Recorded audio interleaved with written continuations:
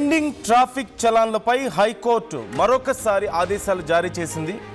DGP CV ఆనంద్కు court ధిక్కరణ నోటీసులు పంపించింది. ఆనంద్తో పాటుగా మాజీ DGP Shivadhar Reddy, traffic joint CP Joel డేవిస్కు ఈ నోటీసులు పంపించింది కోర్టు.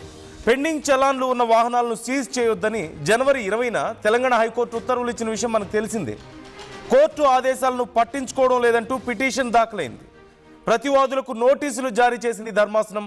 కౌంటర్ దాఖలు చేయాలంటూ కోర్టు ఆదేశించింది. తదుపరి విచారణ వచ్చే నెల 19కి వాయిదా వేసింది.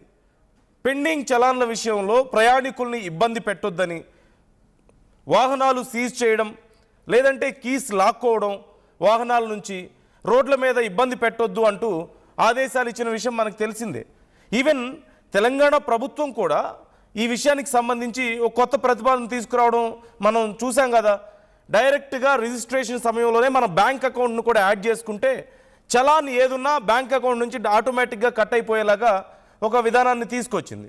ఈ నేపథ్యంలో అయినప్పటికీ కూడా ఇదిగో మీరు స్క్రీన్లో చూస్తున్నారు కదా, అలా ఎక్కడ పడితే అక్కడ వాహనాలని ఆపడం, ఏదో ఆఫీసులకో లేదంటే ఇంకేదో ఇంపార్టెంట్ పనుల మీద బయటకు వెళ్ళే అనేక మందిని రోడ్ల మీద ఆపి కొన్ని రోడ్స్లోకి వాహనదారులు వెళ్ళాలంటే భయపడే స్థాయికి తీసుకురావడం మంచి పరిణామం కాదు అంటూ ఇప్పుడు ఆదేశాలు జారీ చేసింది. అట్ ది సేమ్ టైం ప్రతివాదులుగా ఒక పిల్ దాఖలైన నేపథ్యంలో, ఇలా ఇబ్బంది పెడుతున్నారని ఒక పిల్ దాఖలైన నేపథ్యంలో ఆల్రెడీ మేము జనవరి 20న ఆదేశాలు ఇచ్చిన తర్వాత కూడా ఇంకా ఎందుకు ఇలా చేస్తున్నారు, దీనికి సమాధానం చెప్పండి అంటూ traffic joint CP Joel Davis, అలాగే మాజీ DGP Shivadhar Reddy, DGP CV ఆనంద్కు కోర్టు ధిక్కరణ నోటీసులు వచ్చినట్లుగా కనపడుతోంది.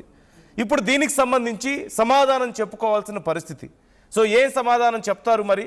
ప్రభుత్వం కొత్త విధానం తీసుకొస్తున్నామని చెప్పిన తర్వాత కూడా, అంటే డైరెక్ట్గా అకౌంట్ నుంచే అమౌంట్ కట్ అయ్యేలాగా కొత్త విధానం తీసుకొస్తున్నామని చెప్పిన తర్వాత ఎందుకని రోడ్ల మీద ఇలా డ్రైవ్స్ నిర్వహించి వాహనదారులను ఇబ్బందులు పెడుతున్నారో సమాధానం చెప్పాల్సినటువంటి పరిస్థితి.